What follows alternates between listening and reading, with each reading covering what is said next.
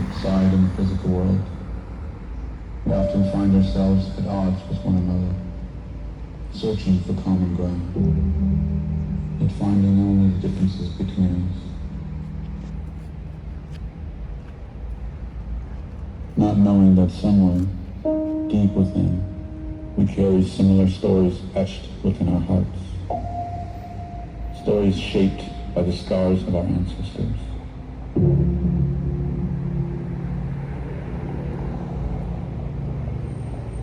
The answer to finding common ground lay within the scars that bind us to the past and those that came before us and to each other.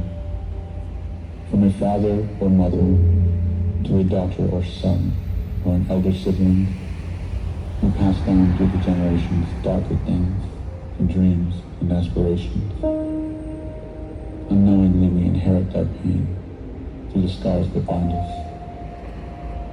We carry the lasting pain of those that came before us, in our prayers, in our tears, and in our hearts.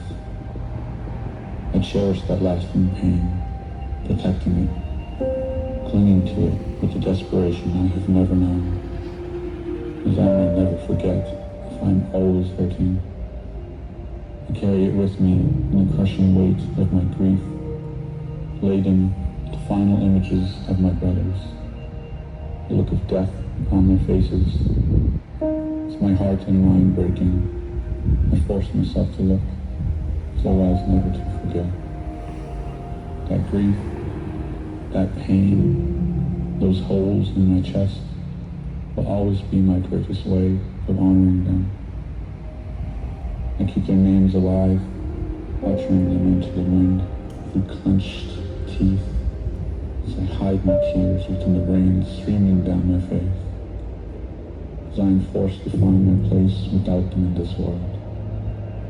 I found myself utterly lost, but as I looked upon your face, I sensed that same burden weighed upon your heart. Thusly, we are not so lost when we share these stories with each other. We are born with the ability to express this pain powerfully and uniquely. It was historically traumatic events which segregated us. And through this collective trauma we acquire along the way, we find a way to connect with each other once again. From the depths of the mind to the canvas or to the page or through the voice echoing off the water, we find connection to each other in the darkness and light we create from our pain. Within this art, in these stories, in these tears shed between us, we find common ground to stand with one another, whilst giving voice to our ancestors through brush strokes, words scribed, and songs sung. We finally hear that our stories are not so different after all.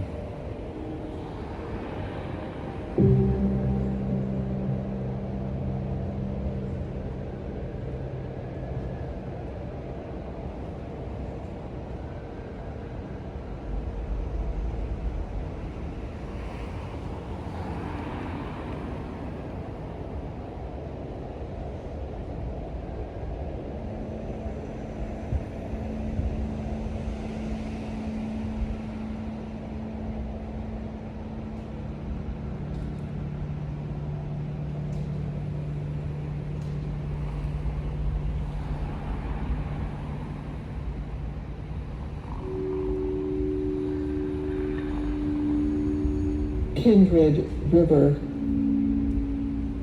When we say familiar, we don't mean only family.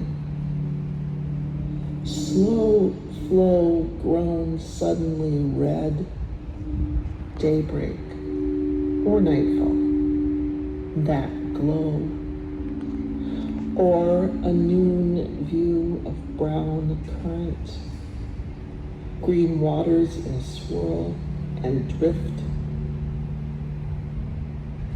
What makes us inhale wet scent of grass and mud?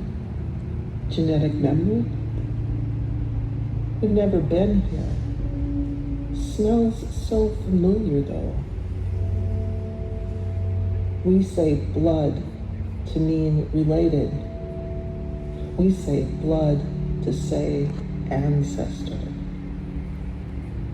When we say familiar, we don't mean only family.